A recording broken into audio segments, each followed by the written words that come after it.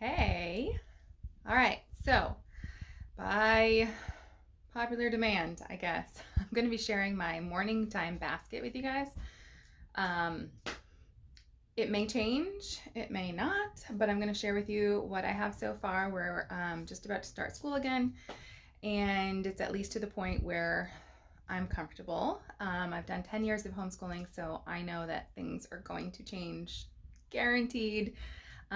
But hopefully as they change, I will do my best to share with you guys. So I'm going to show you a peek. Keep in mind, our morning basket includes pretty much every subject except for like our core subjects. So it does not include math, although it kind of does in a way. So I will show you. It does not include history, language arts, or our main science curriculum. But with that said, there's a little bit of math, there's a little bit of science, there's even a little bit of history and a little bit of language arts. So you'll see what I mean in a second, but hopefully this is helpful to you guys. If you have any questions, definitely reach out. You can always send me an email. You can contact me via DM on Instagram, Facebook, comment on the video, anything you want. So hopefully this helps you guys as you plan your homeschool year. All right. This is our morning time basket. It is actually in a basket, but I usually even put this basket on a cart so that we can wheel it into the living room or the dining room or wherever we decide that we're going to do school that day, morning time. So I'll just give you a peek and show you what's inside. Now also keep in mind, like I already said, I don't do everything in here every day. We go more based on a loop schedule, and our core curriculum is not included in morning time. So I'll share with you what I have in here, and then I'll give you a little insight as to how I do it also. So I have Exploring Nature with Children. I have done one review on my website if you guys are interested, but I am going to give you another thorough peek inside this. So all of my kids have their own binder, and this is my teacher binder. And then next, we've got the safety unit, which I still have not found yet, from The Good and the Beautiful. It is K through 8, but there's extensions if you want to do this with older kids. It's relatively short. I want to say it's like 50 or 60 pages, but it's your basics that everybody should know, all the kids should know. And then in here, I'm not going to pull all of these out for you, but How Great Is Our God? These are very, very short devotionals, and it's about God and science. So we do this, like as we study the human body, we'll find the devotionals based on the human body, because in here there's actually, see if you look, you can actually go based on space, earth, animals, and people. So when we study the human body, we look up the devotionals about people. When we study animals, we look up animals and so on. So this is cool, and it takes like 3 or 4 minutes. There is a lot in here, but keep in mind, each thing takes us minutes. This is the Bible that we use in our morning time. This is the Bible that you can actually look online. There's an app for this, and so every time you see one of these little markings here, you can actually scan your phone in the app, and it will come up with all kinds of other study helps and videos for kids and everything. So we use this in our morning time. And then I have a bunch of read alouds, which again, we switch up. Freddie and Linda, this is from the Good and the Beautiful library. A Long Walk to Water, this comes highly recommended, so I'm excited to start this one. Lions in the Barn, again from the Good and the Beautiful library. The Flop-Eared Hound from the Good and the Beautiful library. If you're not familiar with the Good and the Beautiful library, they basically clean up the books. So there's not going to be foul language or anything just inappropriate that you might not want to introduce your children at certain ages. So I love their books. Highly recommend those. And then we always do missionary studies in our homeschool. So these are the first 2 that we're going to start. Elizabeth Elliot and C.S. Lewis. Again, highly recommend this series. I want to say there's at least 50 of these. I'm not sure. We've read a few of these together and loved them. We literally just read. We read a chapter. If the kids want to learn more, we read another chapter, but love these. So good. Definitely like living book material if you're familiar with Charlotte Mason at all. This is another one of those quick studies. It's the character of God, a study of who God is. This is from the Daily Grace Co. And if I have links, I will definitely link these for you guys. So again, it goes by day, super quick, and then it gives you a couple discussion questions that you can use if you want to. We are reading The Green Ember again. We have the whole series and we're starting over, and the kids love these. And then, like I said, I don't have their math curriculum in here. We use teaching textbooks for math. However, I'm starting the Life of Fred series again. I did this a couple of years ago with my first and second children, and then I kind of forgot about them and left them there. And so now I'm starting again because some of my younger ones seem to need a little bit of different help when it comes to math. So these are, if you're not familiar, they're like a story. It's the Life of Fred. This is the first one. It goes apples, and then butterflies is next.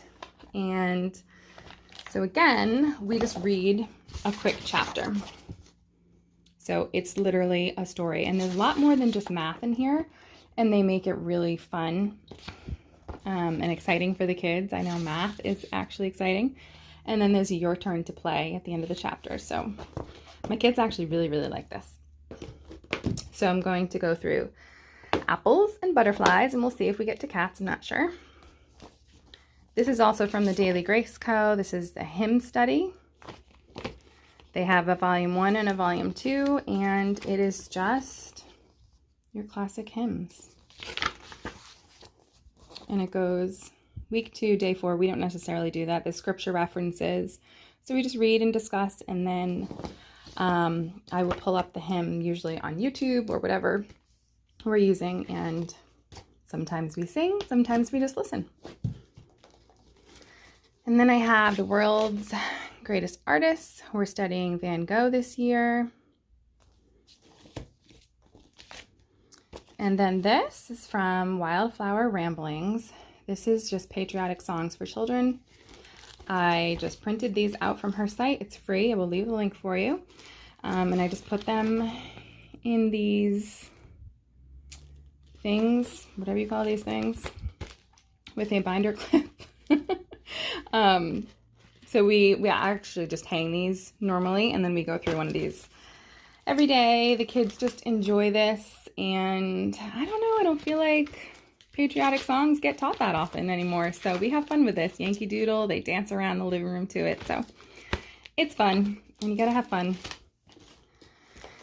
And then this is geography. It's not the only geography we do, but this is the one I choose to put in our morning time basket. It is, Charlotte Mason originally wrote this, and then Marjorie Lang rewrote it in kind of more modern language. And it's just, again, another one of those quick things. Just goes by lesson, really simple.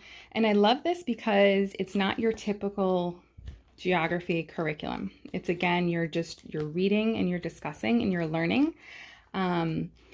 And we did already go through this with my older kids, and it's living geography. So it's actually, you're learning geography based on your surroundings. So you can go outside and the kids will be able to point things out, or there's, they'll be able to tell the weather based on the sun, or like, it's really cool. And then this is the last thing. This is my homeschool binder. And yes, it says 2018, 2019, even though we're going into 20 and 21, but it's just, I haven't changed this cover in a couple of years. This has my planner in it, my homeschool planner that I created and that I do sell on my website.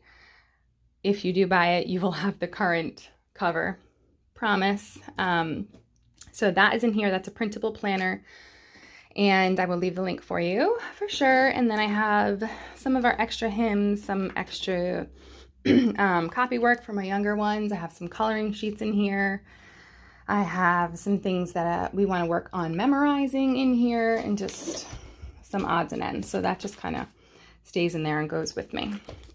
So that's it. It is a lot. I don't want to say like that's it. You don't need all of these things in your morning basket. For me, our morning basket is just a way for our family to just come together in the morning. Sometimes it's an hour, sometimes it's 2 hours. But it's a great way because I have kids that span high school all the way down to a 2-year-old who sits with us and makes a mess. But it's a really good way to start your day in a gentle fashion with all of your kids together.